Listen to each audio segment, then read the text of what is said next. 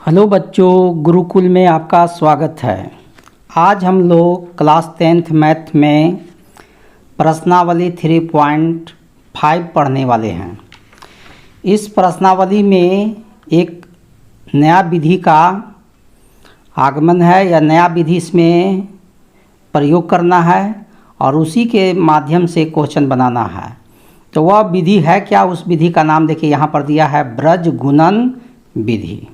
ठीक है, तो पहले क्वेश्चन को हम लोग पढ़ देते हैं। यह चैप्टर भी बहुत आसान है। यह विधि भी जो है प्रतिस्थापन और जो विधि ग्राफी है उससे भी बहुत आसान है और विलोपन जो विधि है उसी विधि के समकक्ष है।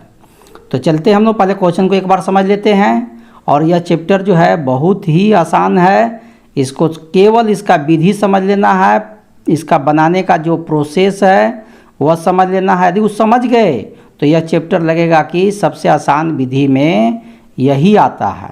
ठीक है, तो आज जो है लास्ट जो विधि है ब्रज गुणन विधि, उसी के बारे में आज पढ़ेंगे। पहले तक हम लोग 3 विधि पढ़ चुके हैं, ग्राफीय विधि, ठीक है, दूसरा प्रतिस्थापन विधि और तीसरा पढ़ चुके हैं विलोपन विधि और चौथा जो विधि है उस विधि का नाम है ब्रज गुणन विधि।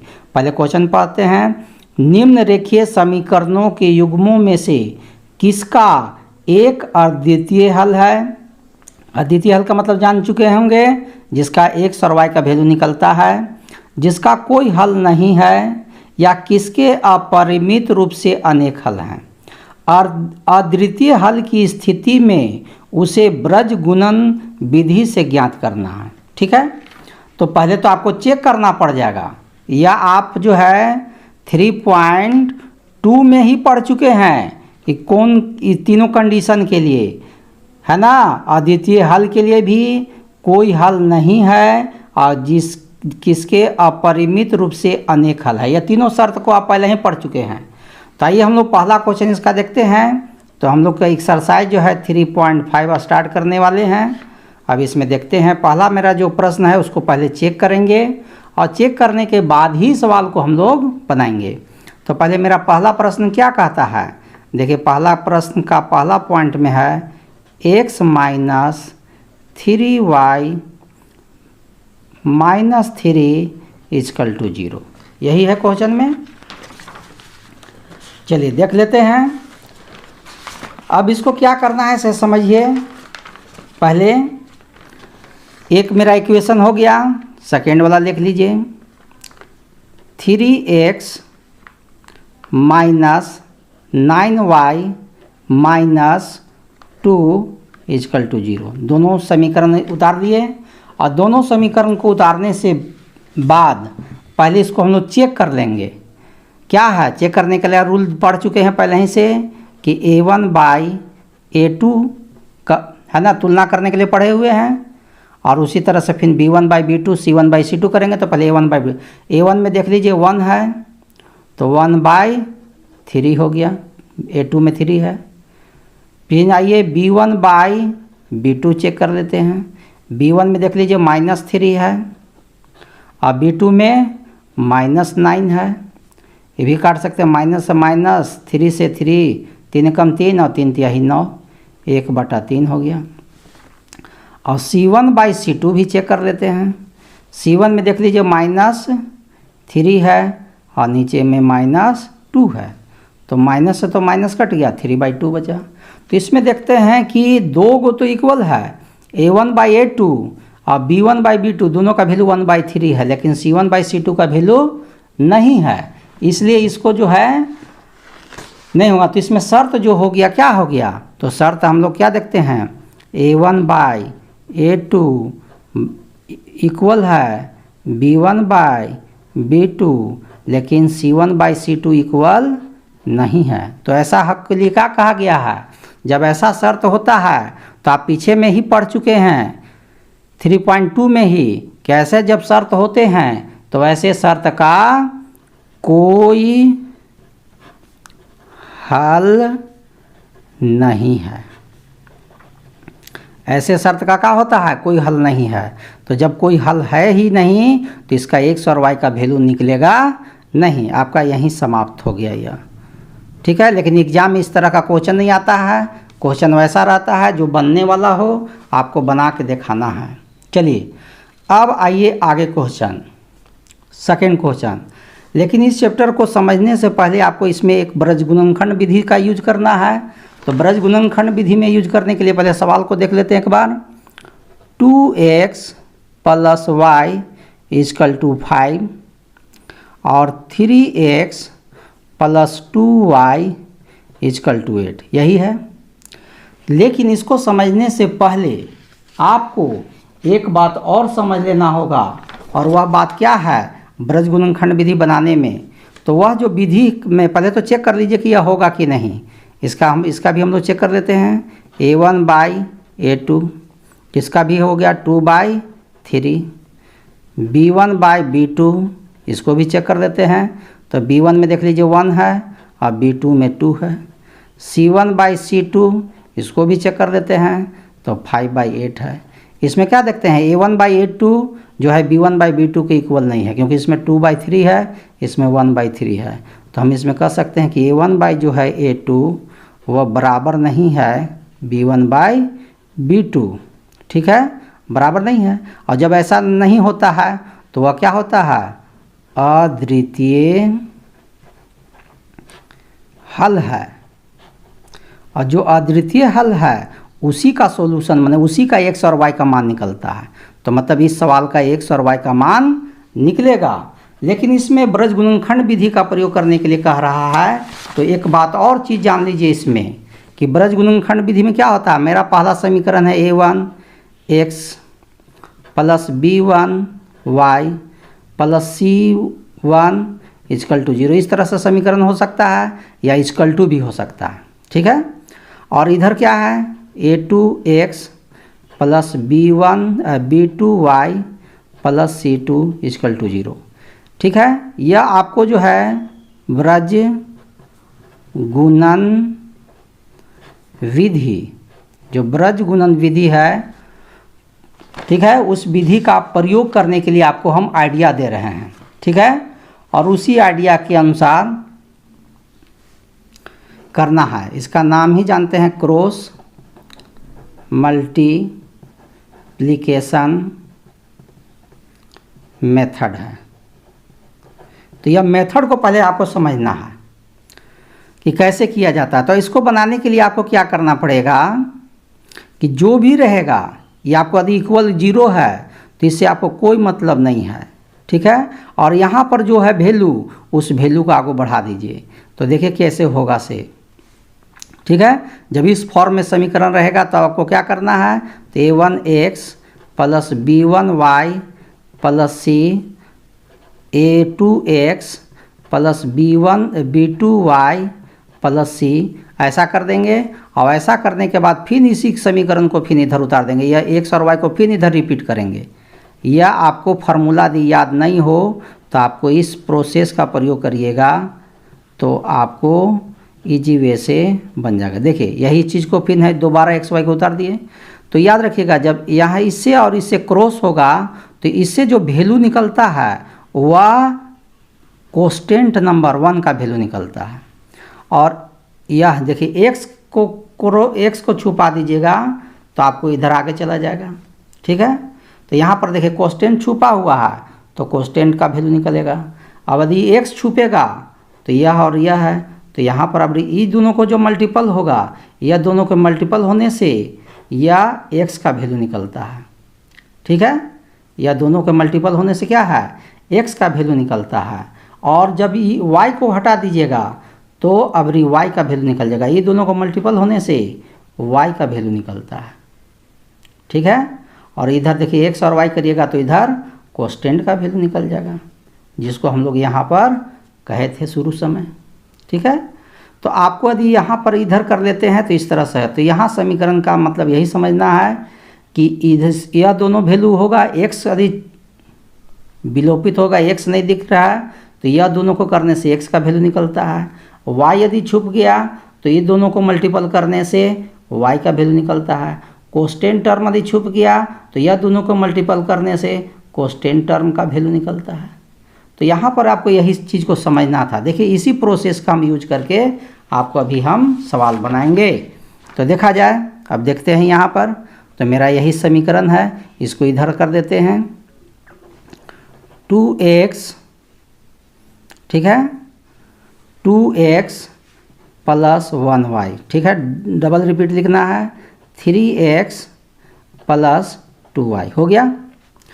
अब देखिए x को जब वैल्यू निकालने लगेंगे तो हम लोग x का वैल्यू लेंगे, ठीक है। हम लोग x का वैल्यू जब निकालेंगे, जैसे यहाँ पर 3 कंडीशन रहता है। पहला कंडीशन है x के लिए, दूसरा कंडीशन है y के लिए, और तीसरा कंडीशन है कोस्टेंट के लिए। कभी कभी भी यहाँ पर 1 भी रह सकता है, -1 होगा।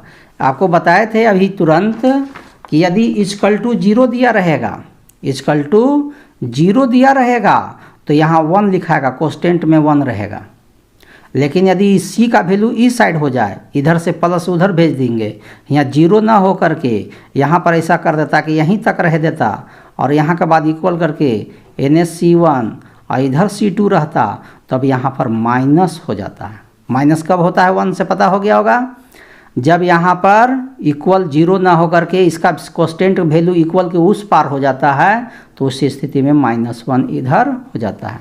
तो ये इन बातों पर ही करेंगे। तो आपको देखिए इक्वल के बाद इन्हें कोस्टेंट नंबर है, इसलिए यहाँ 1 ना होकर क्या होगा, -1 होगा। समझ में आ रहा है? और नहीं तो फिर इसको इस साइड करना पड़ेगा, तब 1 लेना पड़ेगा। तो आइए देखते हैं, x का वैल्यू जब लेंगे तो x आपको रुक जाएगा। अब देखते हैं यहाँ पर, देखिए यहाँ x ले रहे हैं तो क्या होगा, यह इससे और इससे मल्टीपल होगा, ठीक है।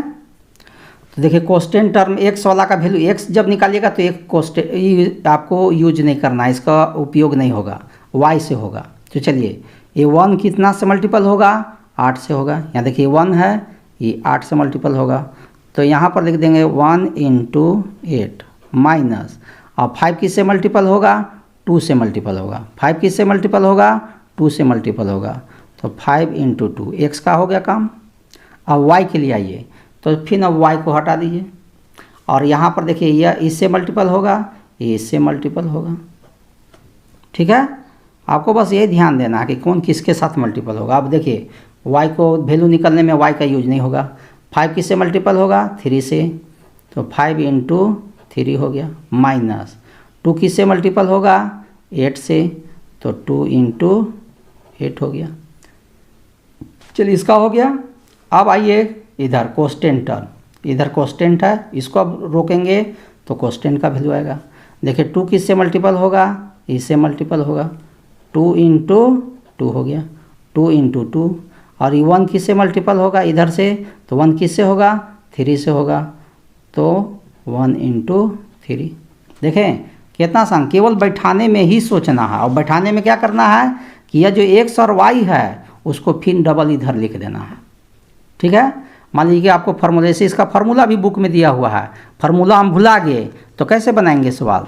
तो उसके लिए यही उपाय है कि x और y को फिर डबल इधर रिपीट में लिख दीजिए, ठीक है। और रिपीट में लिख करके उसके अनुसार क्रॉस मल्टीपल, इसलिए नाम है क्रॉस मल्टीप्लिकेशन।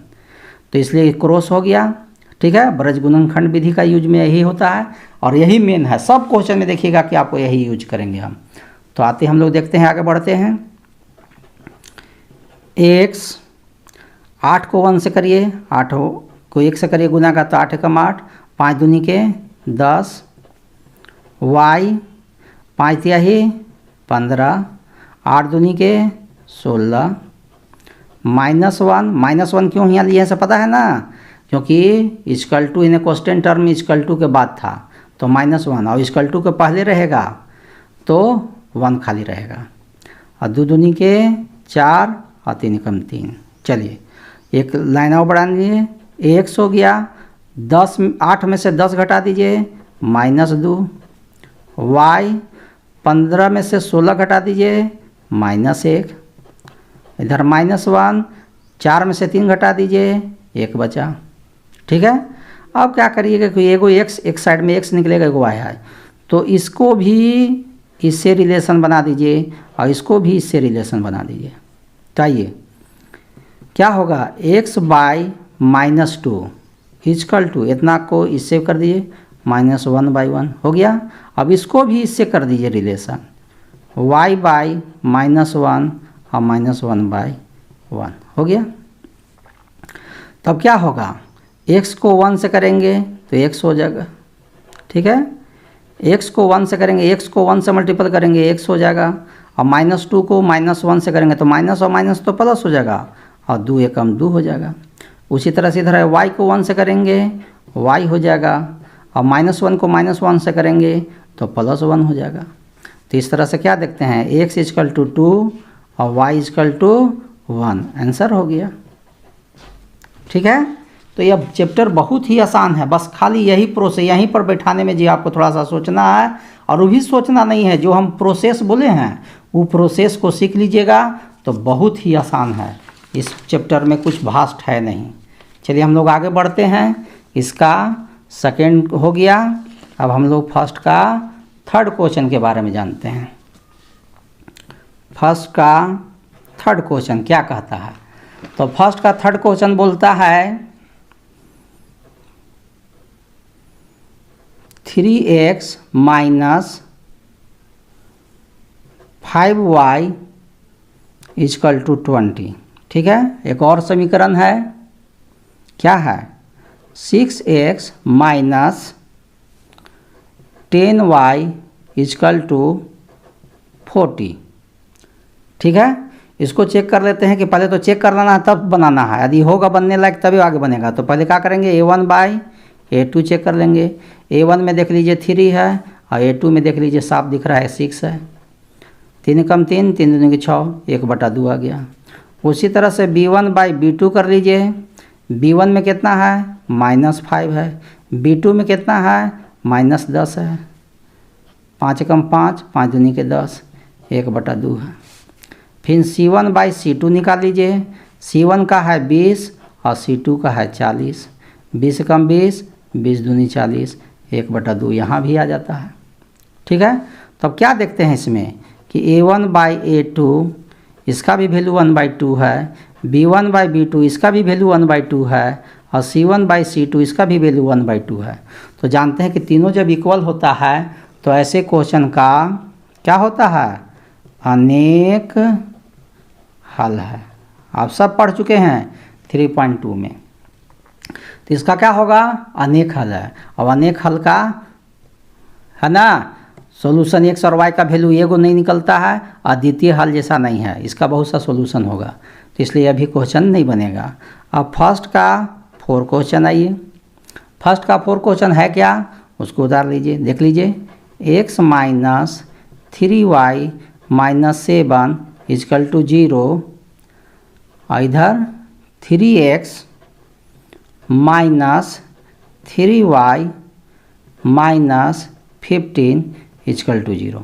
चलिए देखिए, अब = 0 इधर हो गया, इसलिए आपको क्या होगा, ये प्रोसेस के अंतर्गत आपको इसमें जो हम लोग पहले -1 लिखे थे इसमें 1 लिखाएगा। क्यों, क्योंकि इसमें कांस्टेंट टर्म इक्वल के ये साइड में है। और ये बोले थे कि x y को डबल लिखने के लिए लिख देते हैं, इधर x - 3y इधर कर दीजिए, क्या आएगा, 3x - 3y, यही है। चलिए, तो हम आपको यहाँ पर बोल चुके थे कि एक बार x के लिए वैल्यू बैठता है, एक बार y के लिए वैल्यू बैठता है, और एक बार कांस्टेंट टर्म के लिए बैठता है। यहाँ 1 और -1 यहाँ चेंज हो सकता है। यदि = 0 करल है तो यहाँ 1 बैठेगा, = 0 ना करके कांस्टेंट टर्म इधर है तो -1 हो जाएगा, ठीक है। चलिए देखते हैं, बैठाते हैं हम लोग। पहले देखें, x का वैल्यू के लिए बोले थे कि इधर से मल्टीपल होगा और इधर से मल्टीपल होगा, x का यूज नहीं होगा। तो जब x का यूज नहीं होगा तो इसके लिए हम लोग चलिए समझते हैं क्या होगा। तो इसको हम लोग को रोक देना है। चलिए, -3 माइनस रहेगा तो माइनस लिखना है, -3 × -15। अब इधर आइए, -7 × -3 हो गया। x का हो गया। अब y में आइए, y आइएगा तो y को हटा दीजिए, y के लिखने में y का वैल्यू रुक जाएगा।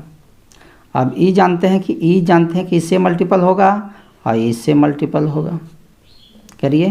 तो -7 3 के साथ होगा, तो -7 × 3 हो गया। देखिए, -7 और यहाँ 3 हो गया, माइनस, यहाँ पर कुछ नहीं है तो 1 है, तो 1 किससे होगा, -15 से, तो 1 इंटू -15 हो गया, यह भी हो गया। अब कोस्टेंट टर्म का ये, तो कोस्टेंट टर्म को नुका दीजिए। तो अब इसको छुपाने के बाद क्या होगा, अभी इससे मल्टीपल होगा, ये इससे मल्टीपल हो जाएगा, तो ये 1 है, 1 किससे होगा, -3 से, और ये -3 किससे होगा, 3 से, तो -3 इंटू 3 हो जाएगा। ठीक है, यहाँ पर -3 इंटू 3 हो जाएगा। इस तरह से हमेशा खाली यही याद रखिए और इसी तरह से बैठा दीजिए, आपका हो जाएगा। यह विधि बहुत ही आसान है और इसको देखते हैं हम लोग। 15 तिया 45 हो जाएगा और माइनस और माइनस प्लस हो जाएगा, माइनस और माइनस प्लस हुआ और प्लस और माइनस फिर माइनस से रह जाएगा, 17 21 हो जाएगा।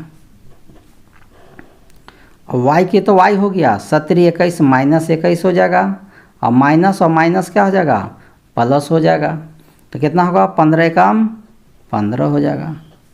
ये 1 हो गया, -3 को 1 से करेंगे, -3 हो गया, माइनस माइनस प्लस हो गया और 3 तिहाई 9 हो गया।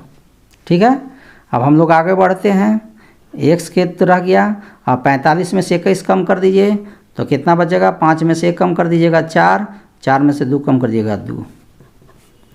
चलिए अब y वाला में आइए, 15 में से 21 कम कर दीजिए, माइनस में कितना हो जाएगा, तो माइनस में 6 हो जाएगा। अब इधर आइए कोस्टेंट तरफ, 9 में से 3 घटा दीजिए तो 6 बचेगा। ठीक है, तो अब देखिए, अब बता चुके हैं कि 2 भाग कर देना है, एक तरफ x है तो इसका साथ भी लगेगा और इसके साथ भी इसका रिलेशन रहेगा। तो x वाला पहले आइए, x/24 और इधर 1/6 हो गया। इधर भी आइए, y/-x और 1/6 हो जाएगा।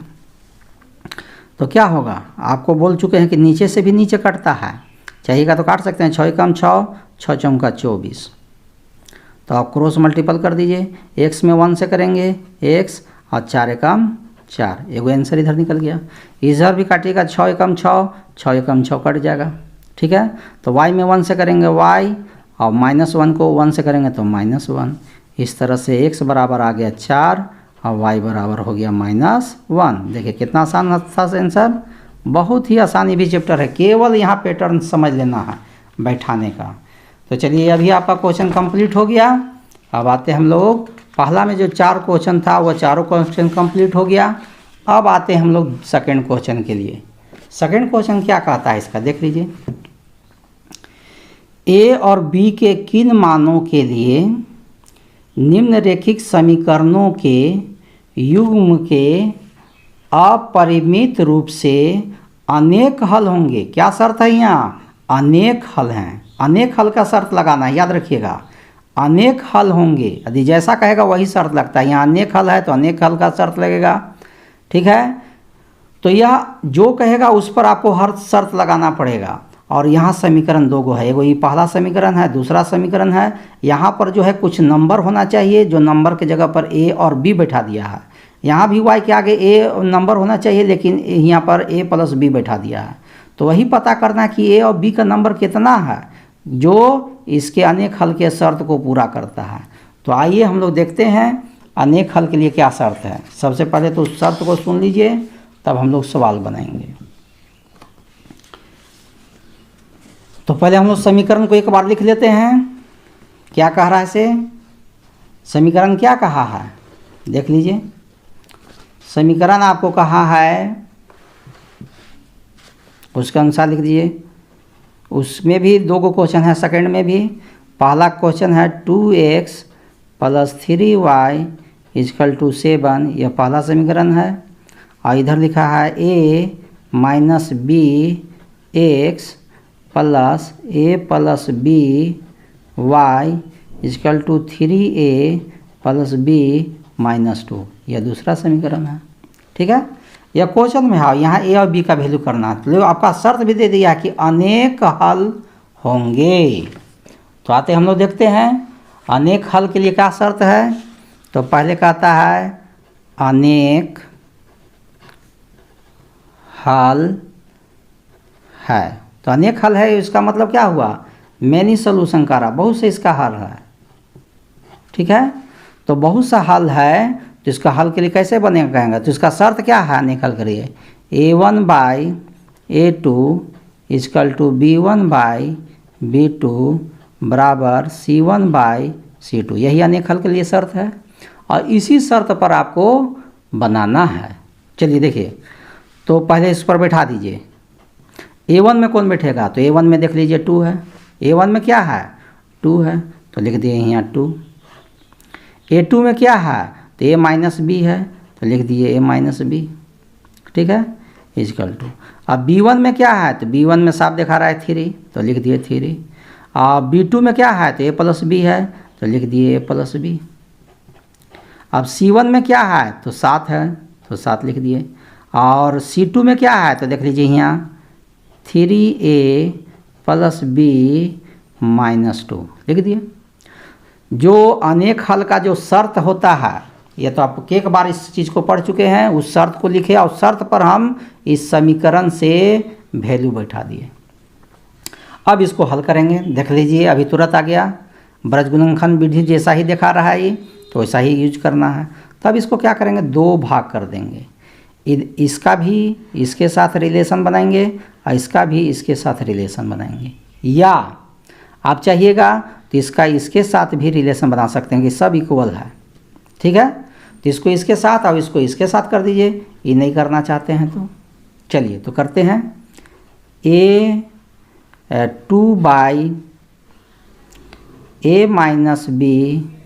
3/A+B, चलिए इधर वाला हो गया। अब चलिए ये दोनों को लिख दीजिए, 3/A+B इजकल टू 7/3A+B-2 हो गया इतना। अब क्या देखते हैं, क्रॉस मल्टीपल कर देते हैं इसको इधर से इधर से। चलिए इधर करते हैं, 3 को A से करेंगे 3A हो जाएगा, 3 को B से करेंगे 3B हो गया, 2 को A से करेंगे 2A हो गया, 2 को B से करेंगे 2B हो जाएगा। अब क्या करेंगे, A एक साइड कर दीजिए, A यहाँ है एक यहाँ है, तो ये प्लस में है ना आकर माइनस हो जाएगा।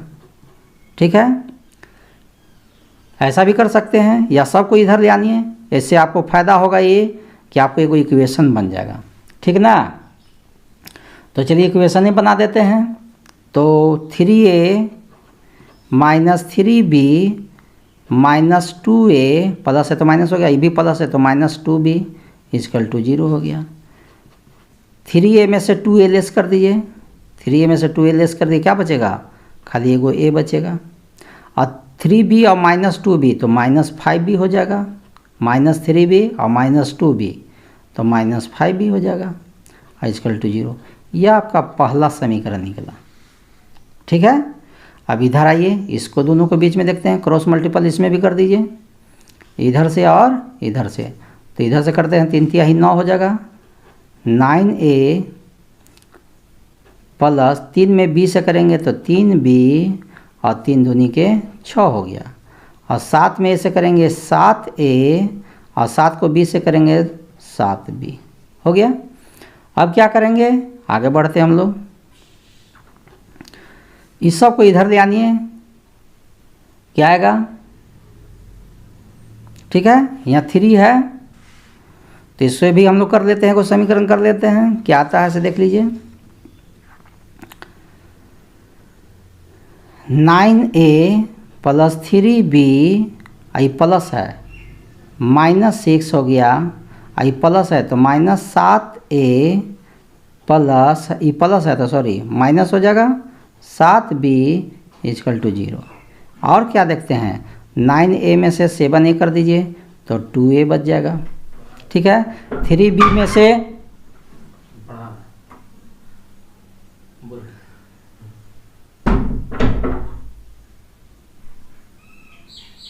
चलिए 9A में से 7A कम करेंगे तो 2A बच जाएगा, 3B में से 7B कम करेंगे तो -4B हो जाएगा। ठीक है, और -6 है, उसको चाहिएगा तो उधर भेज सकते हैं, तो भेजने के बाद क्या होगा, तो ये माइनस से उधर जाएगा तो प्लस हो जाएगा। अब चाहिएगा तो 2 से डिवाइड करके थोड़ा सा इस समीकरण को छोटा कर सकते हैं, कर लीजिए छोटा, 2 से डिवाइड करके 2 एकम 2, 2 दूनी के 4 और 2 तिहाई 6। ये आपका समीकरण हो गया। और इसको क्या किए हैं, 2 से भाग दे करके छोटा कर दिए। अब इसी के नीचे दूसरा समीकरण उतार दीजिए, a minus 2b is equal to 3। यह हो गया आपका दूसरा समीकरण। अब इसको चाहिएगा तो यहाँ पर क्वेश्चन में यह नहीं कहा कि कौन विधि से आपको बना के दिखाना है, आप जो विधि को सुविधा बनता है वो विधि से बनाइए।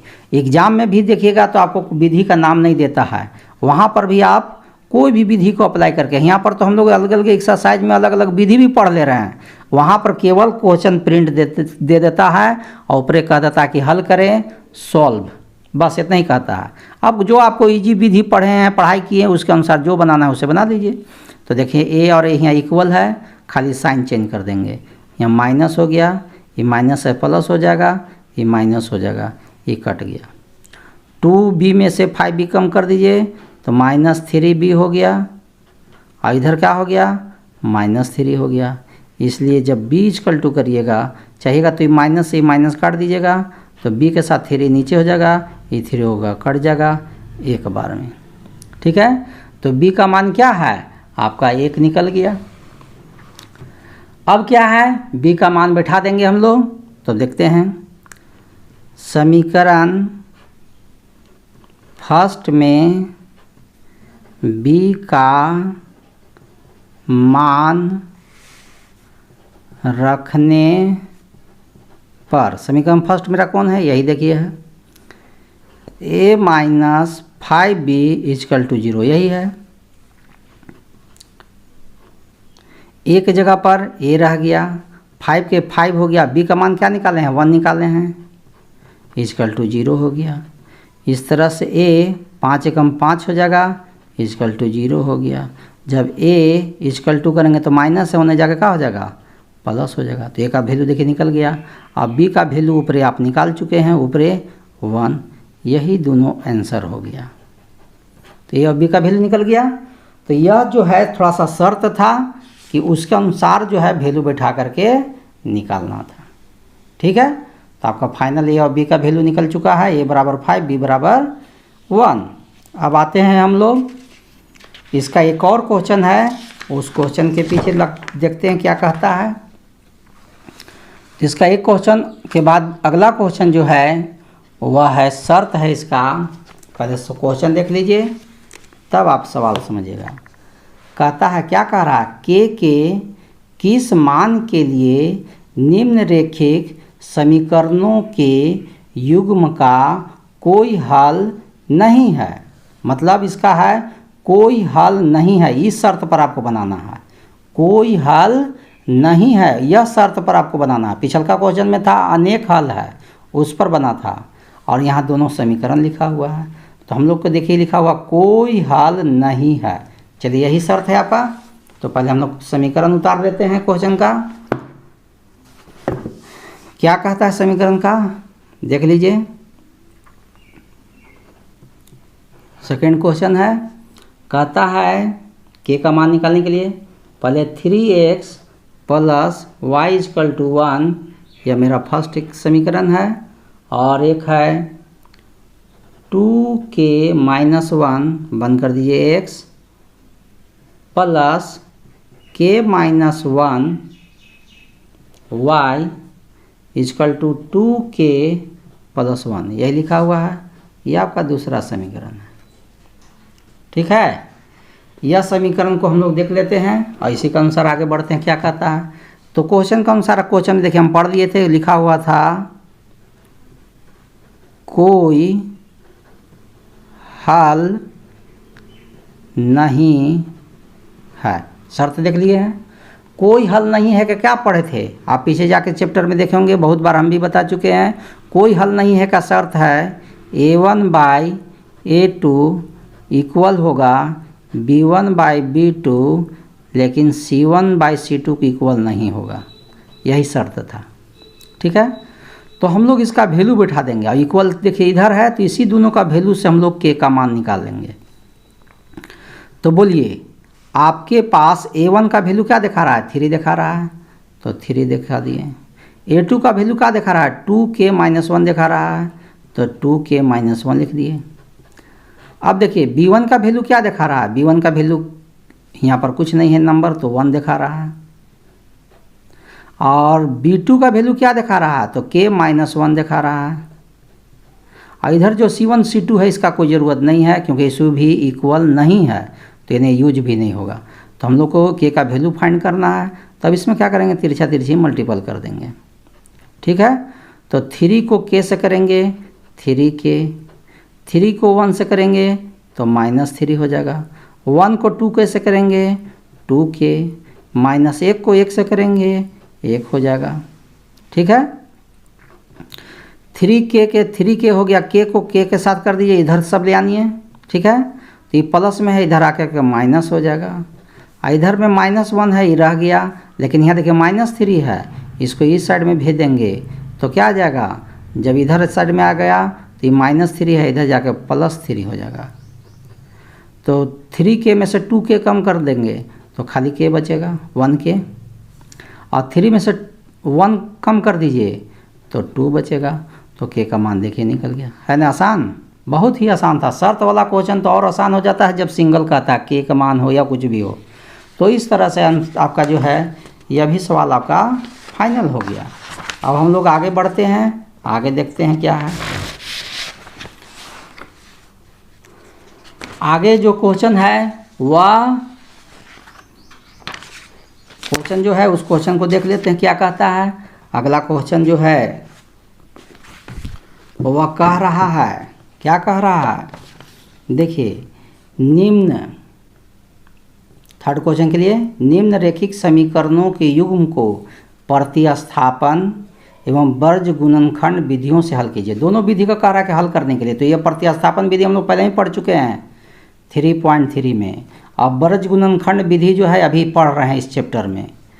किस विधि को आप अधिक उपयुक्त मानते हैं, तो आपको वर्ज गुणनखंड विधि के माध्यम से इसको आपको बना के दिखाते हैं। दोनों में से जानते हैं कि वर्ज गुणनखंड विधि में केवल बैठा देना है, सॉल्व कर देना है। यह विधि सबसे अधिक होता है, वर्ज गुणनखंड विधि सबसे अच्छा विधि है, और इसी विधि का प्रयोग करके हम सवाल को बनाएंगे। तो पहले तो हम लोग सवाल लिख लेते हैं थर्ड का। क्या है सवाल थर्ड में, 8x + 5y = 9। ठीक है, और अगला है 3x + 2y = 4। यही सवाल है। चलिए इसी का प्रयोग करना है, अब किताब की कोई ज़रूरत नहीं है। और कह रहा है कि इसको प्रतिस्थापन विधि और ब्रज गुणनखंड विधि से बनाइए। तो हम लोग इस चैप्टर में ब्रज गुणनखंड विधि पढ़ रहे हैं, इसी विधि से इस सवाल को सॉल्व कर रहे हैं, और प्रतिस्थापन विधि तो आप पीछे पढ़ ही चुके हैं। ठीक है, तो आइए इसका प्रयोग करते हुए हम लोग सॉल्व करते हैं आगे। तो इसमें जानते हैं कि x और y को डबल लिखना पड़ता है, तो फिर लिख दे रहे हैं 8x + 5y, इधर कर दीजिए 3x + 2y, हो गया डबल। अब क्या करेंगे, अब आपको बता चुके हैं, इसका शर्त भी जानते हैं कि एक बार x के लिए बनता है, एक बार y के लिए बनता है, और एक बार कोस्टेंट टर्म के लिए बनता है। लेकिन 1 कब लिखाता है, -1 कब लिखाता है, इसका शर्त पता है कि यदि =0 इधर रहे, माने कोस्टेंट टर्म इस साइड रहे, तब 1 लिखाएगा, और कोस्टेंट नंबर मतलब जो ये सब अचर जो मान है, अचर मान, ये सब वैल्यू 0 ना रह करके नंबर आ जाए इधर, तो यहाँ -1 लिखाता है। ठीक है, तो चलिए इसी शर्त को मानते हुए आगे हम लोग बनाते हैं। देखिए क्या कर रहा है, पहले तो जाना है कि x करेंगे तो यह इससे मल्टीपल होगा और ये इससे मल्टीपल होगा। तो 5 के साथ कौन मल्टीपल हो रहा है, 4, तो 5 × 4 माइनस 9 के साथ कौन जाएगा, 2 जाएगा, तो 9 × 2।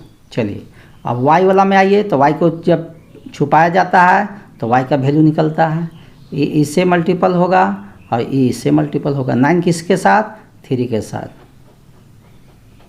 और 8 किसके साथ, 4 के साथ, हो गया। चलिए इधर आइए, 8 किसके से मल्टीपल होगा, इसके साथ, और ये किसके मल्टीपल होगा, इसके साथ, तो 8 के साथ कौन मल्टीपल होगा, 2 होगा। अब 5 के साथ कौन गुना होगा, 3 गुना होगा, तो 5 × 3 हो जाएगा। ठीक है, अब देखिए यहाँ पर क्या है, x 5 का 20 हो गया, 9 दूनी के 18 हो गया।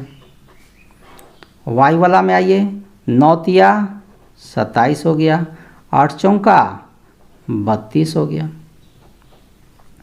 -1 है, 8 दूनी के 16 हो गया और 5 तिया ही 15 हो गया।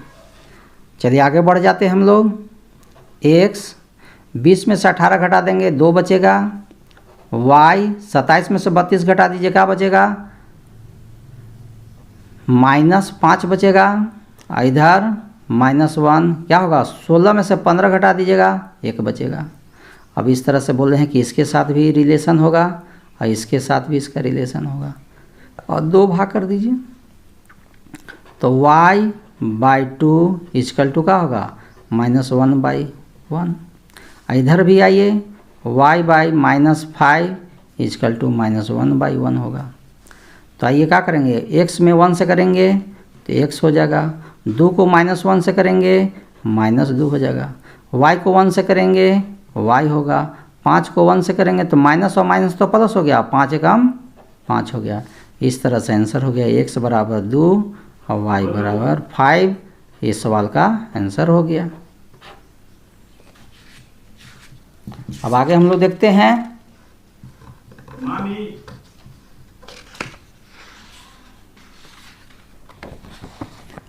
अभी बोलना नहीं है, जाइए शांत, सीधा चल जाइए। अभी हम वीडियो बना रहे हैं ना, सीधे चल जाइए अंदर में।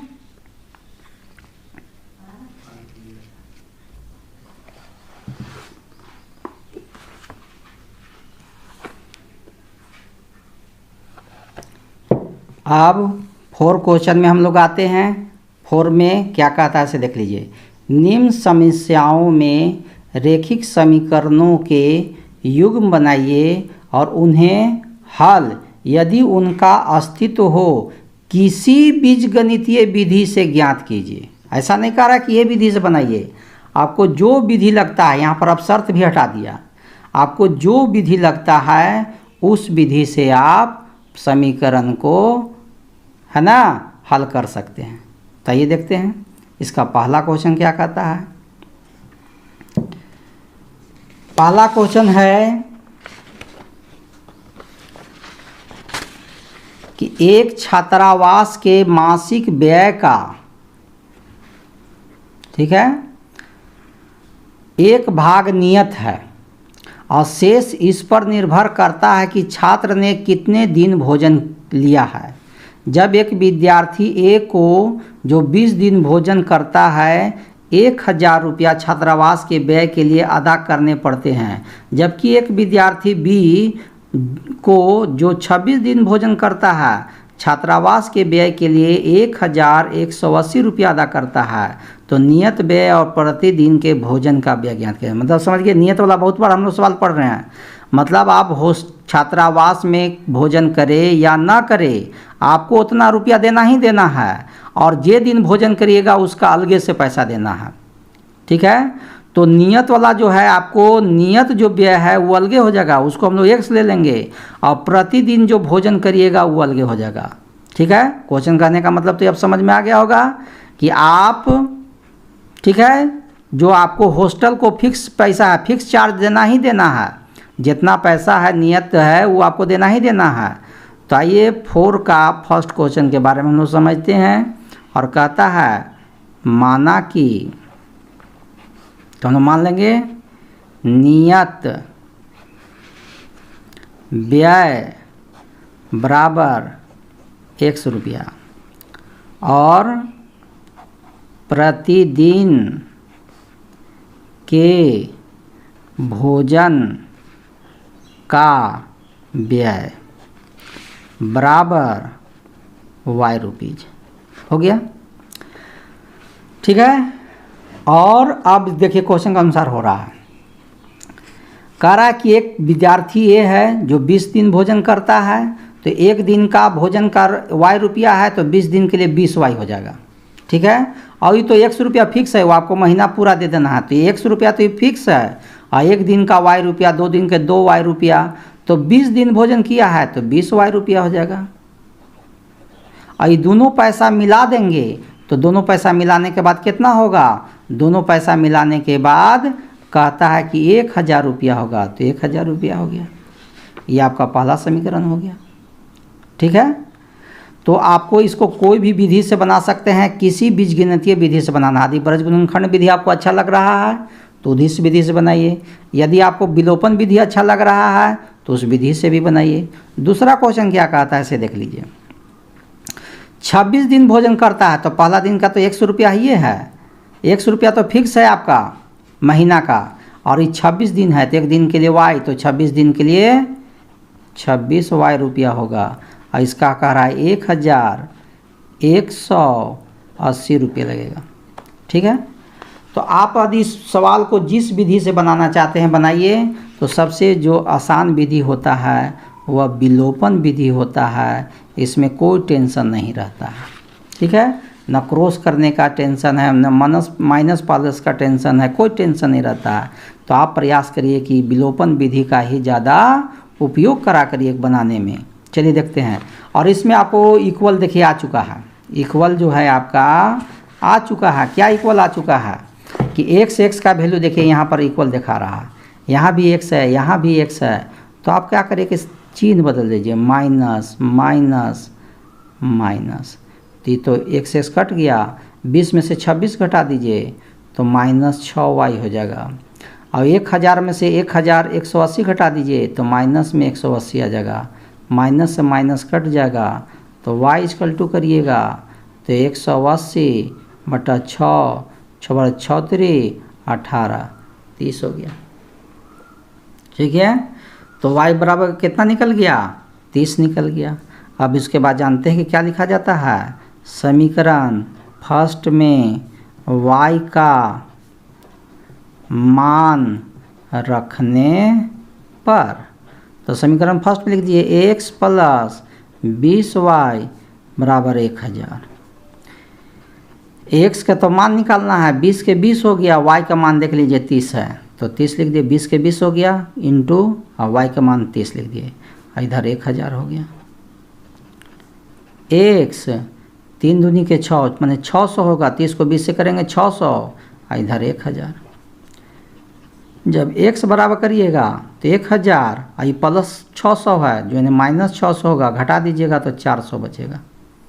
क्या बचेगा, 400 रुपया बचेगा। ठीक है, x बराबर 6 था तो x बराबर किए थे प्लस 600 है, उधर भेज दिए तो माइनस 600 हो गया, 1000 में से 600 घटा दिए 400 बच गया। तो x हम लोग के क्या था, नियत व्यय था। x क्या था, नियत व्यय, और y क्या था, प्रतिदिन भोजन का व्यय। तो हम लोग यहाँ पर लिख देंगे, अतः नियत व्यय बराबर x और x बराबर ₹400, और प्रतिदिन भोजन का व्यय हम लोग y माने थे और y बराबर आ गया है ₹30। यही इस सवाल का आंसर हो गया। देखें कितना आसान था। तो विलोपन विधि का यूज करें। क्वेश्चन में शर्त नहीं रखा है कि ब्रज गुणनखंड विधि से बनाना है, प्रतिस्थापन विधि से बनाना है। आपको जो इजी लगे उस विधि का प्रयोग करके आप बना सकते हैं। चलिए अब हम लोग दूसरा क्वेश्चन के बारे में इसी में आते हैं।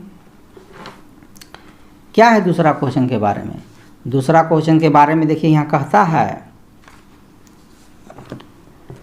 कि एक भिन्न के बारे में बहुत पढ़ चुके हैं, पिछला चैप्टर में भी पढ़ चुके हैं और उसके पीछे भी पढ़ चुके हैं। एक भिन्न 1/3 हो जाती है। कब 1/3 होगा, जब उसके अंश में 1 घटाया जाता है। ठीक है, अंश में केवल घटाना, हर में कुछ नहीं बोल रहा। अंश में 1 घटाएंगे तो 1/3 हो जाएगा। और यदि वह 1/4 भी हो जाता है, कब 1/4 होगा, जब हर में 8 जोड़ दिया जाता है। तो वह भिन्न क्या है, तो भिन्न के लिए हम लोग बता चुके हैं, आपको कितना बार बता चुके हैं कि पहले एगो अंश लिया जाता है और एगो हर लिया जाता है। तो 4 क्वेश्चन का जो सेकेंड क्वेश्चन है उस सेकेंड के लिए देख लिए शर्त जो है उसी के अनुसार बनेगा। तो शर्त आपका पता है, तो लिखते हैं। अब इसमें क्या लिखाएगा इसे देखिए।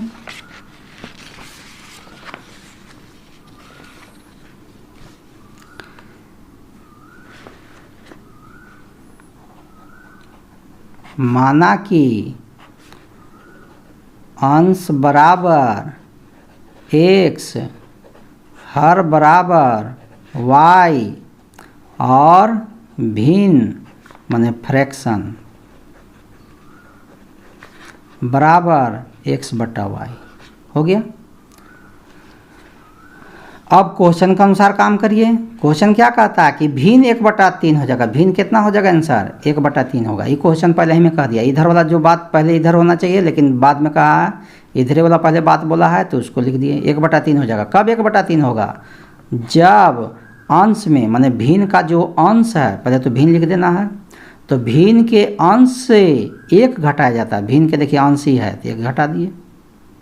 भिन्न के अंश से कह रहा है कि 1 घटाया जाता है तो 1 घटा दिए। अब घटाने के बाद अब इसको समीकरण बना लीजिए। क्या होगा? 3 को 1 से करेंगे 3x, 3 को 1 से करेंगे 3 कम 3, 1 को y से करेंगे y हो जाएगा। अब इधर ले आनिए 3x, ये प्लस में है y, इधर आके माइनस y हो जाएगा। इधर में -3 है, उधर चल जाएगा तो प्लस हो जाएगा। यह आपका पहला समीकरण निकल गया। ठीक है। अब एक और निकालिए समीकरण। कहाँ से निकल गएगा? तो दूसर का लाइन से। दूसर का लाइन आएगा कहाँ से? तो दूसर का लाइन देखिए आएगा कहाँ से। इसको थोड़ा सा मोड़ कर देते हैं, देख लीजिए। दूसर का लाइन से आएगा। दूसर का लाइन क्या कहता है? वाह 1/4 हो जाता है। इसमें भी पहले ही बोलता रहा है कि 1/4 हो जाता है। चलिए इधर 1/4 लिख दिए। कब 1/4 होगा? जब हर में, तो पहले तो इन्हें भिन्न लिख दिए, x/y भिन्न लिख दिए। हर में 8 जोड़ दिया जाता है। तो देखिए हर नीचे है, इसमें 8 जोड़ दिए। तो हर में जब ऐसा भिन्न है, भिन्न के हर में 8 जोड़ देंगे तो भिन्न 1/4 हो जाता है। क्वेश्चन कह रहा है, हम नहीं कह रहे हैं। क्वेश्चन के अनुसार सब बना है। अब जब हो गया तब किताब का कोई काम नहीं। इससे भी एक और इक्वेशन निकाल लेंगे और आगे बढ़ते हैं हम लोग। चलिए देखिए, यहाँ भी क्रॉस मल्टीपल होकर के सीधा समीकरण होगा। 4 को 1 से करेंगे 4x हो जाएगा। 1 को y से करेंगे y होगा। वो 8 को 1 से करेंगे तो 8 कम 8 हो जाएगा। इधर ले आनी है 4x, ये प्लस है ना के माइनस हो जाएगा, इक्वल टू 8 हो गया। यह कौन समीकरण हो गया? दूसरा समीकरण हो गया। चाहिएगा तो इसी के नीचे पहला आप लिख दीजिए 3x minus y equal to 3। यह आपका पहला इक्वेशन था। तो इसको भी विलोपन विधि से बना दे रहे हैं, क्योंकि शर्त है। आप चाहिएगा तो ब्रजगुणनखंड विधि भी सिखा दिए हैं, प्रतिस्थापन विधि भी सिखा दिए हैं और विलोपन विधि है। तो सब विधि में सबसे आसान विलोपन विधि है। इसी विधि का करते हैं प्रयोग। और यहाँ देखिए भी है बराबर है y जब बराबर है तो हम लोग डायरेक्ट सोल्व करेंगे, लेकिन दोनों माइनस में है तो चिन्ह बदलना पड़ेगा। माइनस प्लस माइनस हो गया। 4 में से 3 कम कर दीजिए, 1 बचेगा, खाली x बचा। और 8 में से 3 कम कर दीजिए तो 5 बचा। 8 5 13, ठीक है। 8 में से 3 कम कर दिए तो 5 बच गया। तो x का मान 5 निकल गया। अब क्या लिखेंगे? समीकरण फर्स्ट में x का मान रखने पर, समीकरण फर्स्ट मेरा क्या है? तो फर्स्ट मेरा है 3x minus y equal to 3। यही था मेरा फर्स्ट। 3 के 3 हो गया। x का मान बैठाना है। 3 के 3 लिख दिया। x का मान देख लीजिए ऊपर 5 निकला है तो 5 बैठा दिया। बाकी सब उतार दिए। माइनस y इक्वल टू 3 हो गया। 5 दिया है, क्या हो जाएगा? 15। और बाकी सब उतार दिए। Minus y equal to 3। अभी 15 को उधर भेज दीजिए तो माइनस y हो गया, ये 3 हो गया, ये प्लस है, इन्हें आके माइनस हो जाएगा। इस तरह से माइनस है ना, इस तरह से क्या हो जाएगा? अब आगे बढ़ जाते हैं तो माइनस y हो गया, ये प्लस में जो 15 था उधर जाकर माइनस 15 हो गया।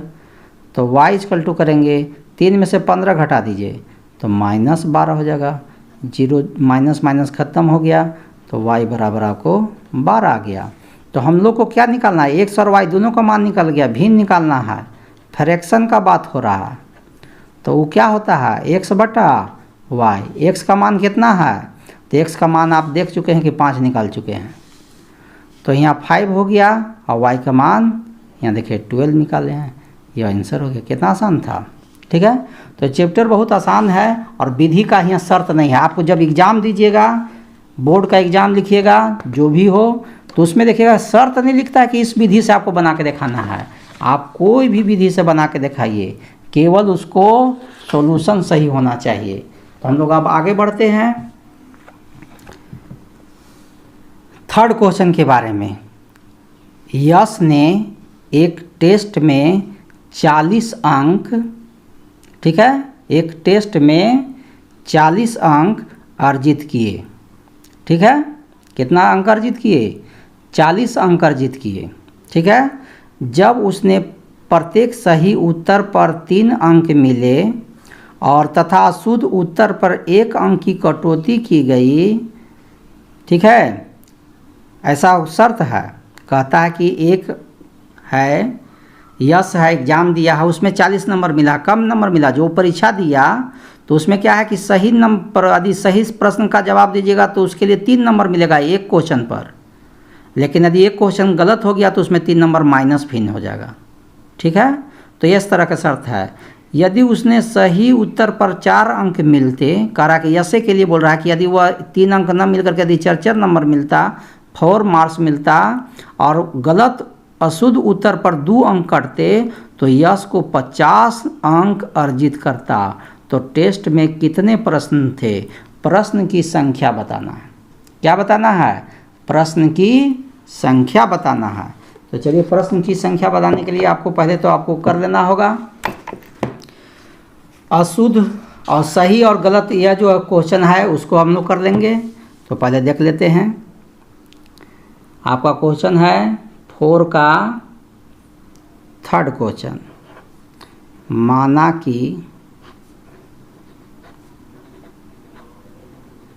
शुद्ध, शुद्ध मतलब सही हो गया, शुद्ध कहिए या सही कह दीजिए, सही प्रश्न की संख्या बराबर x कर लीजिए और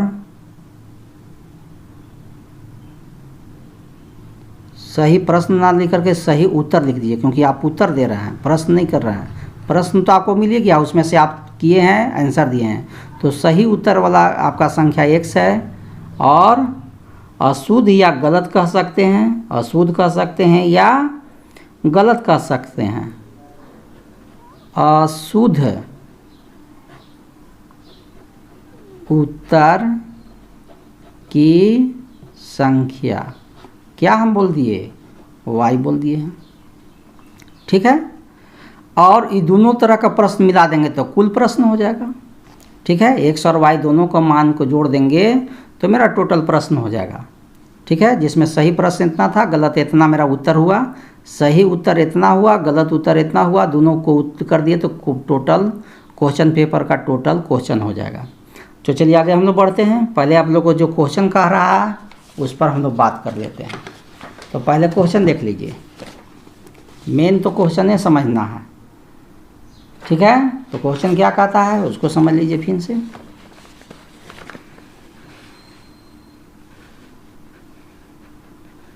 चलिए, यश ने एक टेस्ट में 40 अंक अर्जित किए, 40 नंबर आया। कब आया है 40 नंबर? गलत और सही दोनों मिला के। कब आता है? जब उसने सही उत्तर पर 3 अंक मिले हैं। तो सही प्रश्न, सही उत्तर वाला देने वाली प्रश्न की संख्या आपको x है, तो 3 अंक आपको दिया जा रहा है। तो 3 अंक एक क्वेश्चन के लिए 3 अंक, तो x क्वेश्चन के लिए 3x हो जाएगा। और गलत के को दिया है y है, और y के लिए क्या कह रहा है? 1 अंक कट जाएगा। तो एक क्वेश्चन के लिए y है, तो गलत क्वेश्चन की जो है, गलत जो जवाब दिया है उसकी संख्या y है और उस पर 1 नंबर ही कटता है, तो 1 हो गया। और दोनों का नंबर सही आंसर में से, जो सही आंसर पर जो नंबर मिला उसमें से गलत क्वेश्चन का जो नंबर मिला उसको घटा देने के बाद क्वेश्चन में कह रहा है कि 40 नंबर उसको मिलता है। समझ में आ रहा है कैसे समीकरण हुआ? यह है सही उत्तर का नंबर और यह है गलत उत्तर का नंबर। और सही उत्तर में से गलत उत्तर का नंबर घटाने के बाद उसको नंबर 40 मिल रहा है, इसलिए यह हो गया पहला समीकरण। फिर बात करिए, फिर क्या बात करना है, देखिए अब कह रहा है कि 3-3 नंबर का ना होकर प्रश्न 4-4 अंक मिलने पर, तो 4 अंक के नंबर होगा तो 4x हो जाएगा। और गलत के लिए देखिए अब 2 अंक कटते हैं तो अब 2y हो जाएगा। अब इसका भी घटा देने के बाद कितना नंबर लिया है यस, 50 नंबर लिया है, तो इक्वल टू 50 हो जाएगा। इक्वल टू क्या हो जाएगा, 50 हो जाएगा। ठीक है, यह आपका दूसरा समीकरण हो जाएगा। ठीक है, चाहिएगा तो आप इसको समीकरण को 2 से भागा दे करके छोटा भी कर सकते हैं, क्योंकि 2 से भी कट जा रहा है, 2 से भी कट जा रहा है, 2 से भी कट जा रहा है, तो 2 से भागा देते 2 दूनी के 4, 2x हो जाएगा। 2 एकम 2 खाली y हो गया, और 2 को करेंगे 50 को तो 25 बार में कट जाएगा। यह आपका दूसरा समीकरण हम लोग यहाँ कर देते हैं। ठीक है, और इसी के नीचे पहला समीकरण लिख देते हैं, क्या है 3x minus Y equal to 40। ये आपका पहला समीकरण है जो ऊपर में लिखा हुआ है। अब इसको क्या है, विलोपन विधि से आप सॉल्व कर सकते हैं या कोई भी विधि से कर सकते हैं सॉल्व, यहाँ शर्त नहीं रखा है। तो या देखिए y का वैल्यू इक्वल है, y का वैल्यू क्या है, इक्वल है, तो y का वैल्यू इक्वल है, दोनों माइनस में है तो चिन्ह बदलना पड़ेगा, माइनस है तो प्लस, ये प्लस है तो माइनस, यह तो आपका कट गया। 2x में से 3x घटा दीजिए तो -x हो जाएगा। 25 में से 40 घटा दीजिए तो -15 हो जाएगा, माइनस माइनस कट गया तो x बराबर आपका 15 आ गया। ठीक है, यह विधि सबसे अच्छा विधि माना गया है। तो आपको यहाँ पर क्या है, x बराबर क्या निकल गया, 15 निकल गया। अभी x का मान बैठा दिए, समीकरण फर्स्ट में x का मान रखने पर, समीकरण फर्स्ट है क्या, तो समीकरण देखिए 3x minus Y equal to 40, तो लिख दीजिए 3x minus Y equal to 40, 3 के 3 और x का मान कितना निकल चुका है 15, और माइनस वाई इक्वल टू 40 कर दीजिए। 15 से 3 से 15 तिया 45 हो जाएगा, और बाकी सब उतार दीजिए, माइनस वाई इक्वल टू 40। ठीक है, तो माइनस वाई इक्वल टू करेंगे तो इधर से उधर चल जा रहा है तो साइन बदल जाएगा, ये प्लस में है तो इधर जाकर माइनस हो जाएगा 45। तो इस तरह से माइनस वाई इक्वल टू 40 में से 45 घटाएंगे तो -5 होगा, माइनस माइनस कट गया तो y बराबर 5 हो गया। मतलब सही प्रश्न की संख्या आपको माने सही प्रश्न की संख्या आपको निकल चुका है 15, और गलत प्रश्न की संख्या निकल चुका है 5। मतलब 20 को क्वेश्चन था, लेकिन आपसे क्वेश्चन नहीं पूछ रहा कि सही और गलत बताइए, तो कह रहा कि क्वेश्चन में कह रहा है कि टेस्ट में कितने प्रश्न थे, कुल प्रश्न की संख्या पूछ रहा है। ठीक है, तो सही गलत से कोई मतलब नहीं है, कुल प्रश्न की संख्या, तो कुल प्रश्न की संख्या क्या है, तो गलत सही वाला x है, गलत वाला y है, तो सही वाला x का मान आपका 15 है, गलत क्वेश्चन वाला 5 है, टोटल 20 प्रश्न है, आंसर हो गया। देखिए कितना आसान था। x और y का वैल्यू जो विधि से आप निकाल लीजिए, लेकिन बनाना है इसी तरह से बनाना है। चलिए हम आगे बढ़ते हैं। अगला प्रश्न क्या कहता है, चलिए अगला प्रश्न है कि एक राजमार्ग पर 2 स्थान A और B है, 100 किलोमीटर की दूरी पर है, दोनों के बीच की दूरी 100 किलोमीटर है। एक कार A से तथा दूसरी कार B से एक ही समय चलना प्रारंभ करती है। ठीक है, एक कार A से चल रहा है, एक B से। यदि एक कारें भिन्न भिन्न चालों से, दोनों का स्पीड अलग अलग है, सेम स्पीड नहीं है, दोनों का चाल जो है अलग है, A अलग चाल से चल रहा है, B अलग चाल से, स्पीड चेंज है, भिन्न भिन्न चालों में से एक ही दिशा में चलते हैं तो वे 5 घंटे पश्चात मिलते हैं।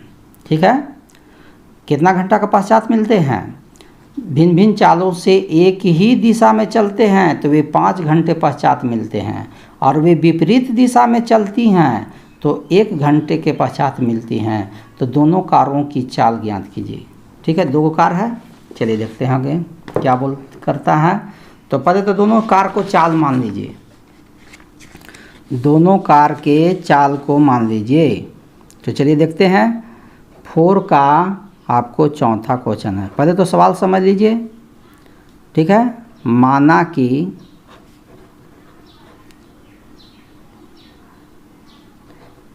ए से चले कार की चाल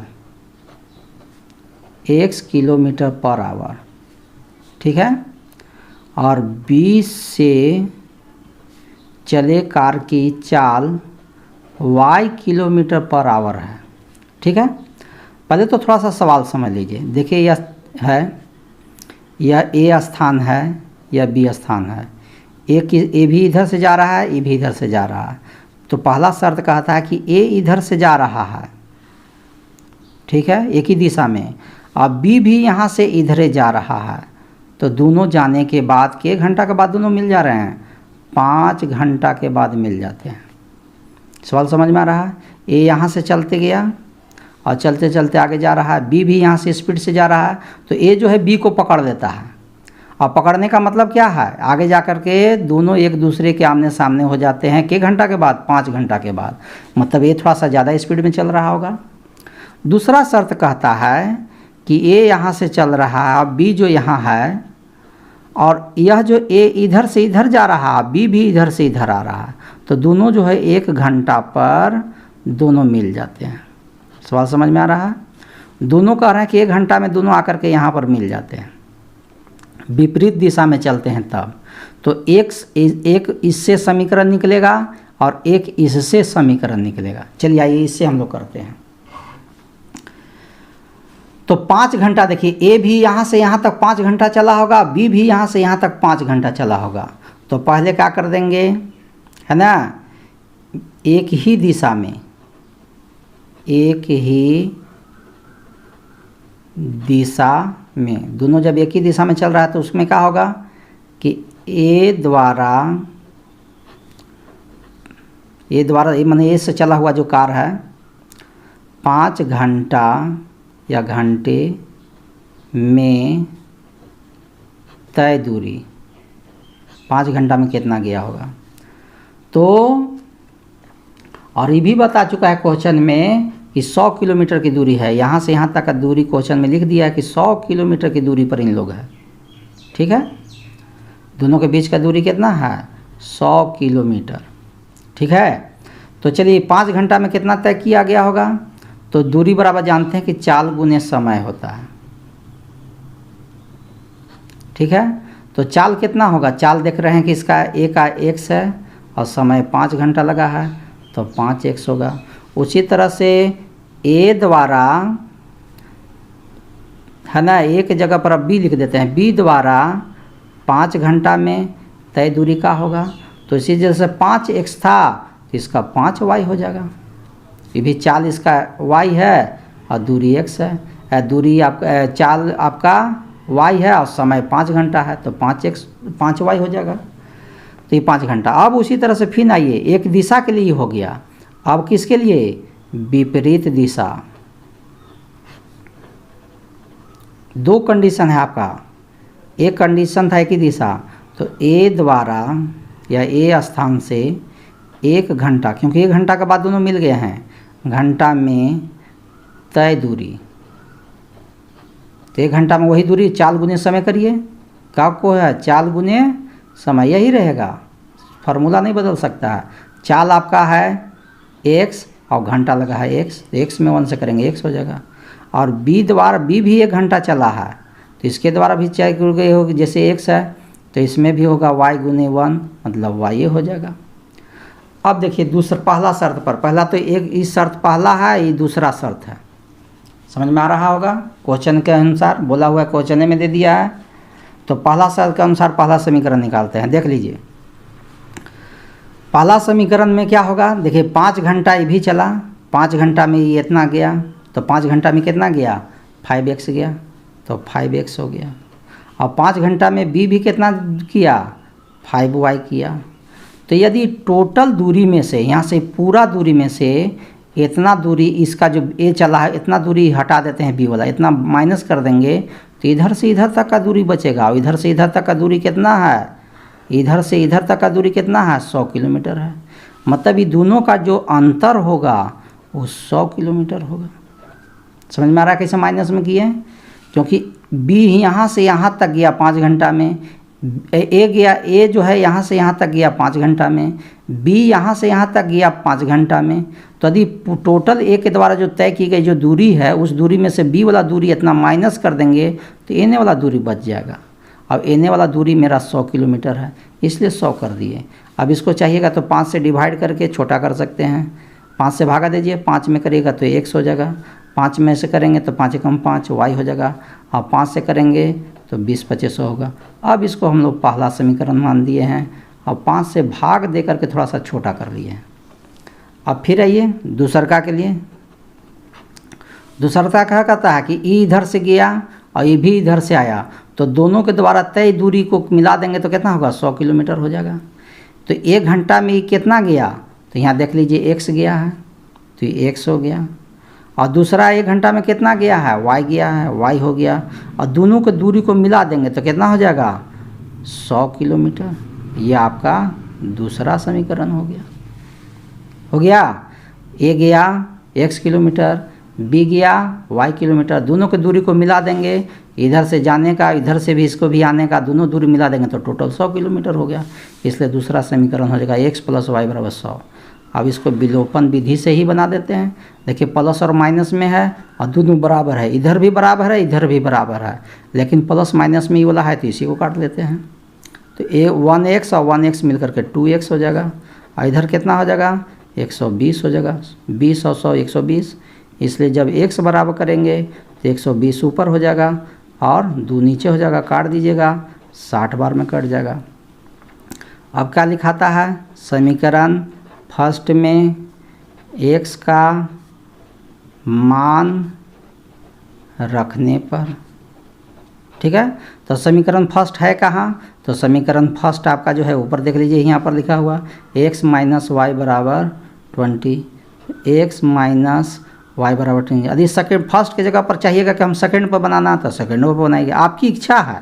हम जैसे सेकेंड कर दिए तो सेकेंड कर दिए, x + y = 100।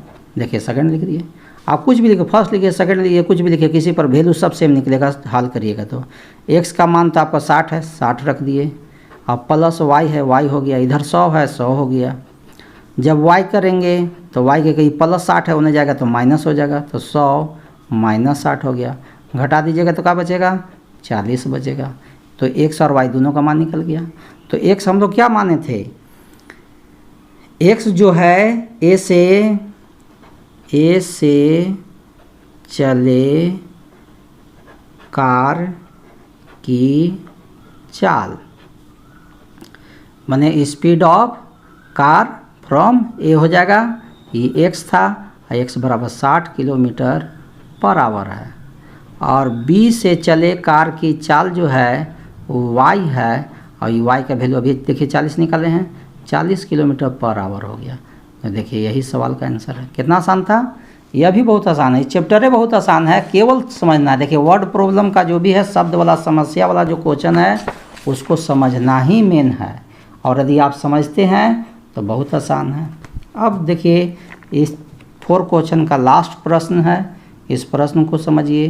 कहता है कि एक आयत का क्षेत्रफल 9 वर्ग इकाई कम हो जाता है, क्षेत्रफल 9 इकाई कम हो जाएगा। कब हो जाएगा, यदि उसकी लंबाई 5 इकाई कम कर दी जाए और चौड़ाई 3 इकाई बढ़ा दी जाती है। वैसा करेगा तब ही 9 इकाई क्षेत्रफल कम होगा। और अगला शर्त क्या कहता है, यदि हम लंबाई को 3 इकाई और चौड़ाई को 2 इकाई बढ़ा दे, माने लंबाई भी 3 इकाई बढ़ाना है और चौड़ाई भी 2 इकाई बढ़ाना है, तो क्षेत्रफल बढ़ करके 67 वर्ग इकाई बढ़ जाता है। तो आयत की विमाएँ मतलब लंबाई और चौड़ाई बताइए।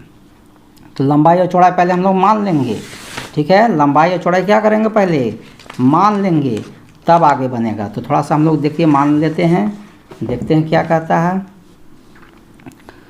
4 का 5वां क्वेश्चन है। तो माना कि आयत की लंबाई लंबाई क्या कर देंगे, एक्स इकाई मानेंगे, इकाई रखा है। लंबाई मीन्स लेंथ, लंबाई मीन्स क्या हुआ, लेंथ। अब आयत की चौड़ाई जो है, चौड़ाई मतलब वाइड, कितना वाइड है, चौड़ाई वाई इकाई मान देंगे, हो गया। तो इसका क्षेत्रफल क्या हो जाएगा, आयत का क्षेत्रफल क्या हो जाएगा, क्षेत्रफल मतलब एरिया। तो इसका एरिया क्या होगा, हम लोग जानते हैं कि लंबाई गुने चौड़ाई होता है, तो लंबाई x है, चौड़ाई y है, एक्स वाई हो जाएगा, एक्स वाई वर्ग इकाई आ जाएगा, ठीक है। तो एक्स वाई वर्ग इकाई इसमें आ गया। तो यह तीन चीज़ आपको माने, आयत की लंबाई मानिए, आयत में समझ रहे हैं ना, यह आयत हुआ, इसका लंबाई है और चौड़ाई है, ठीक है।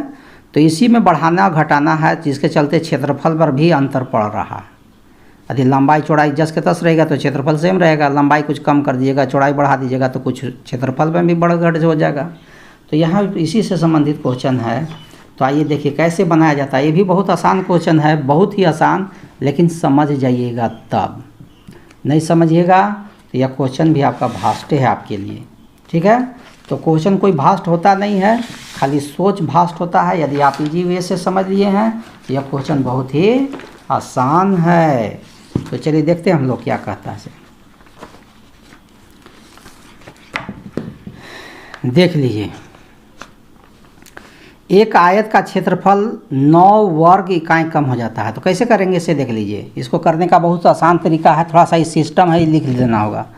क्या है लिखना, देख लीजिए, आयत का क्षेत्रफल, या पूरा क्षेत्रफल लिखना है तो लिख दीजिए, लंबाई गुने चौड़ाई, क्योंकि क्षेत्रफल का बात है तो इसी पर बनेगा आपको, ठीक है।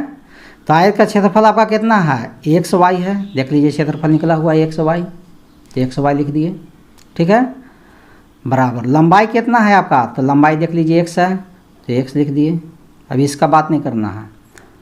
और चौड़ाई आपका क्या है, वाई है, तो वाई लिख दिए, इसका बात तो बाकी अभी कुछ नहीं होंगे। अब क्वेश्चन के अनुसार करेंगे, देख लीजिए क्वेश्चन में आप पढ़िए, क्वेश्चन में मिला के देखिएगा, हम क्वेश्चन पढ़ दे रहे हैं। यहाँ कहता है कि आयत का क्षेत्रफल 9 वर्ग इकाई कम हो जाता है। क्षेत्रफल में कितना कम हो रहा है, 9, तो देखिए क्षेत्रफल में 9 कम कर दिए, जो कहेगा वहाँ कर दीजिए, वैसे बस हो जाएगा। यदि उसकी लंबाई 5 इकाई कम कर दी जाए, लंबाई में देखिए 5 इकाई कम करना था, तो देखिए लंबाई में 5 कम कर दिए। और चौड़ाई 3 इकाई बढ़ा दी जाए, चौड़ाई में देखिए 3 बढ़ा दिए, तो चौड़ाई में देखिए 3 बढ़ा दिए, हो गया। तो यह पहला हो गया, और इससे हम हल कर देंगे तो एक मेरा समीकरण निकल जाएगा। फिर उसके बाद दूसरा लाइन पढ़ेंगे, दूसरा भी निकल जाएगा। पहले अभी एक लाइन पढ़े हैं, उससे पहले इसको सॉल्व कर देते हैं। तो x y minus 9 equal to, x को वाई से करिए एक्स वाई, एक्स को प्लस 3 से करिए 3x, अभी एक्स से हो गया ये दोनों में मल्टीपल, अब -5 से फिर ये दोनों में करेंगे, -5 को y से करिएगा -5y माइनस प्लस माइनस 3 पचे 15, 5 दिया क्या हो जाएगा 15। देखिए एक्स वाई से एक्स वाई कट गया। अब इसको पहले लिख देते हैं, क्योंकि एक्स और वाई इधर है तो इधर, इसको बदल नहीं रहे हैं, इसको जस के तस लिख रहे हैं। इसको इसके साथ नहीं ला रहे हैं, इसके साथ लाते तो चिन्ह बदल के आता, लेकिन हम चिन्ह नहीं बदल रहे हैं, पूरे के पूरे इसको ला दे रहे हैं। 3x माइनस 5y माइनस 15 ये लिख दिए, और इसको बल्कि इन लोग के साथ लिख रहे हैं, तो ये -9 है तो +9 हो जाएगा इक्वल टू 0। अब क्या करिएगा 3x माइनस 5y और 9 में से 15 घटा दीजिए, तो क्या बचेगा माइनस में आपको 6 बचेगा। अभी 6 को उस साइड ले जाइए तो एगो समीकरण बन जाएगा 3x minus 5y equal to minus है तो प्लस होगा। ये आपको देखिए पहला समीकरण निकल गया। अब एगो और निकालना है, इसी तरह से फिर करना होगा। आयत का क्षेत्रफल ऐसे कर रहे हैं, फिर देखिए आयत का जब भी क्षेत्रफल वाला सवाल रहे तो इस तरह से बैठा लेना है, और बैठा करके बनाएगा तो बन जाएगा लंबाई गुने चौड़ाई। तो चलिए देखिए क्षेत्रफल तो मेरा x y है, लंबाई मेरा x है, और चौड़ाई क्या है, y है। अब देखिए क्या कहता है, दूसरा का लाइन हम पढ़ रहे हैं अभी बुक में। अब मिला लीजिए, हम लंबाई को 3 इकाई और चौड़ाई को 2 इकाई बढ़ा दे, दोनों को बढ़ा देना है। लंबाई में 3 इकाई बढ़ाना है और चौड़ाई में 2 इकाई बढ़ाना है। बढ़ा दिए तो क्षेत्रफल 67 इकाई बढ़ जाता है। तो बढ़ा दिए, प्लस कर दिए। समझ में आ रहा है, बढ़ाने के लिए बढ़ा दिए, यहाँ घटा कम कह रहा था तो माइनस कर दिए थे। तो चलिए इससे हम लोग पहले हल करते हैं। एक और समीकरण मेरा निकल जाएगा, xy प्लस 67 हो गया। इधर x को y से करेंगे xy, x को 2 से करेंगे 2x, 3 को y से करेंगे 3y और 3 को 2 से करेंगे 3 दूनी के 6। xy से xy कट गया। अब इसको जस का तस लिख दीजिए, 2x प्लस 3y प्लस 6। ये 67 है, इन लोग के साथ ला रहे हैं, इसके साथ ला रहे हैं तो ये प्लस है, तो इन लोग के साथ आने के बाद माइनस हो जाएगा, 0 हो गया। अब इस तरह से क्या देखते हैं, 2x प्लस 3y और 6 में से 67 घटा देंगे तो माइनस 61 बचेगा, 0 हो गया। अभी एक दूसरा समीकरण आने जा रहा है, 2x प्लस 3y, ये माइनस इधर आ जाएगा तो प्लस होएगा। यह हो गया आपका दूसरा समीकरण। और इसी के नीचे हम लोग पहला समीकरण लिख देते हैं। पहला समीकरण देख लीजिए, 3x minus 5y equal to 6, 3x minus 5y equal to 6, ये हम लोग का पहला समीकरण होगा। अब इसमें तो हम लोग जानबे करते हैं कि y को यदि काटना चाहते हैं तो गुना होगा, 3 है तो सेकंड में 3 चल जाएगा, और सेकंड का 5 है जो फर्स्ट में 5 आ जाएगा, उल्टा हो जाता है, फर्स्ट वाला सेकंड में, सेकंड वाला फर्स्ट में, विलोपन विधि में। अब क्या होगा, मल्टीपल करके 5 से करिए, 5 दूनी के 10x, 5 दिया है 15y, और इसको करिए 5 एकम 5 और 6 पचे 30। अब 3 से करिए, 3 को 3 से करिएगा 9x, 3 से 5 को करिएगा 5 दिया 15y और 6 बड़े 6 3 18 हो गया। अब चिन्ह देखिए प्लस माइनस है इसलिए डायरेक्ट काट दीजिए, 10 और 9 क्या हो जाएगा, 19 हो जाएगा x, ठीक है। और इधर क्या है, भी जोड़ में है तो इसको भी जोड़ दीजिए, 8 5 13 के 3 हो जाएगा, 1 1 2 हो जाएगा और 3 हो जाएगा, ठीक है। जब इतना हो गया तब इसको भी हम लोग आगे देख लेते हैं क्या आता है, ठीक है। इसलिए x बराबर करेंगे तो x के साथ 19 है, 19 नीचे हो जाएगा और 323 ऊपर हो जाएगा। अब क्या इसमें देखते हैं, अब इसमें आप यह देखिएगा है ना कि यह कितना बार में कट जाएगा, तो यह जो है आपका 17 बार में कट जाएगा, ठीक है। 17 बार में कट गया। जब 17 बार में कट गया तो हम लोग अब आगे देख लेते हैं क्या आता है। इसके बाद क्या लिखाएगा, समीकरण फर्स्ट में x का मान रखने पर, समीकरण फर्स्ट है कहाँ, तो समीकरण फर्स्ट देख लीजिए आपका ये है, क्या है first, 3x minus 5y equal to 6, 3 के 3 और x का मान क्या आया है, x का मान देख लीजिए यहाँ 17 आया है, 3 के 3 हो गया, x का मान 17 बैठा दिए, बाकी इधर सब लिख दीजिए, 17 तिया 51 हो जाएगा, माइनस 5y इक्वल टू 6 हो गया।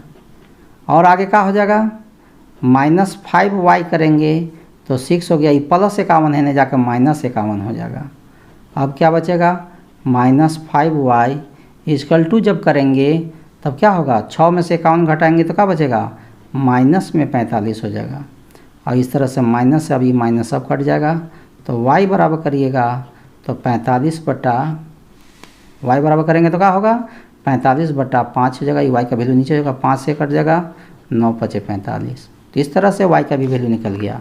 तो हम लोग लंबाई किसको माने थे, लंबाई जो था माने लेंथ वह x था, और x बराबर 17 इकाई आ गया। और चौड़ाई किसको माने थे, y को माने थे, और y बराबर 9 इकाई आ गया।